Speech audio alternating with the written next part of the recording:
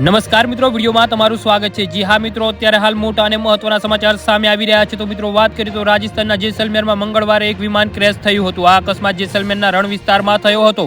આ દુર્ઘટનામાં કોઈ જાનહાનિની માહિતી નથી। ક્રેશ થયેલું વિમાન તેજસ હોવાનું કહેવાય છે। પોખરણમાં ચાલી રહેલી ત્રિસેવા કવાયત ભારત શક્તિમાં સામેલ હતું। જી હા મિત્રો, અત્યારે હાલ મોટા સમાચાર સામે આવી રહ્યા છે।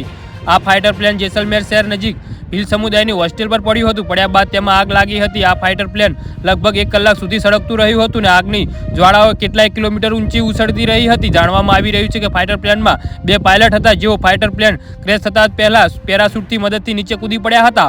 જી હા મિત્રો, અત્યારે હાલ મોટા સમાચાર સામે આવી રહ્યા છે। બંને પાયલટ સુરક્ષિત છે। એક તરફ જેસલમેરથી 100 કિલોમીટર દૂર પોખરણ ફાયરિંગ રેન્જમાં ત્રણેય સેનાના દ્વારા યુદ્ધ અભ્યાસ કરવામાં આવી રહ્યો હતો, જ્યાં વડાપ્રધાન નરેન્દ્ર મોદી પણ હાજર હતા। બીજી તરફ આ ફાઇટર પ્લેન જેસલમેર શહેર પાસે ક્રેશ થયું હતું। જી હા મિત્રો, તો આના વિશે તમારું શું કહેવું છે તો નીચે અમારી કોમેન્ટ બોક્સમાં જરૂરથી જણાવજો અને અમારી યુટ્યુબ ચેનલને સબસ્ક્રાઇબ કરવાનું ભૂલતા નહીં। વિડીયો પૂરો જોવા બદલ તમારો ખૂબ ખૂબ આભાર।